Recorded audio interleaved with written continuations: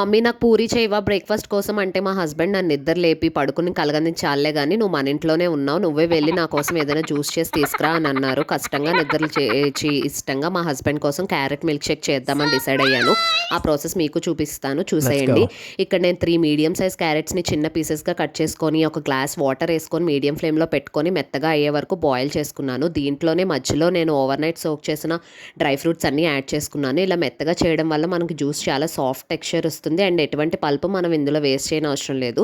ఇలాగ మనం మెత్తగా అయ్యే వరకు మీడియం ఫ్లేమ్లో పెట్టుకొని బాయిల్ చేసి అది చల్లారిన వరకు పక్కన పెట్టుకొని మనం దాన్ని మిక్సీ జార్లోకి ట్రాన్స్ఫర్ చేసుకొని మెత్త కన్సిస్టెన్సీ వచ్చే వరకు మనం మిక్సీ చేసి దాంట్లోనే మనం చిల్డ్ మిల్క్ యాడ్ చేసుకొని, అంటే మనం ఎంత కన్సిస్టెన్సీ థిక్నెస్ వరకు తాగుదాం అనుకుంటున్నామో దాన్ని బట్టి మీరు మిల్క్ యాడ్ చేసుకోండి. ఇక్కడ నేను ఎటువంటి షుగర్స్ యాడ్ చేయట్లేదు, దీంట్లో ఉండే వాటి వల్లే మనకు స్వీట్నెస్ వస్తుంది.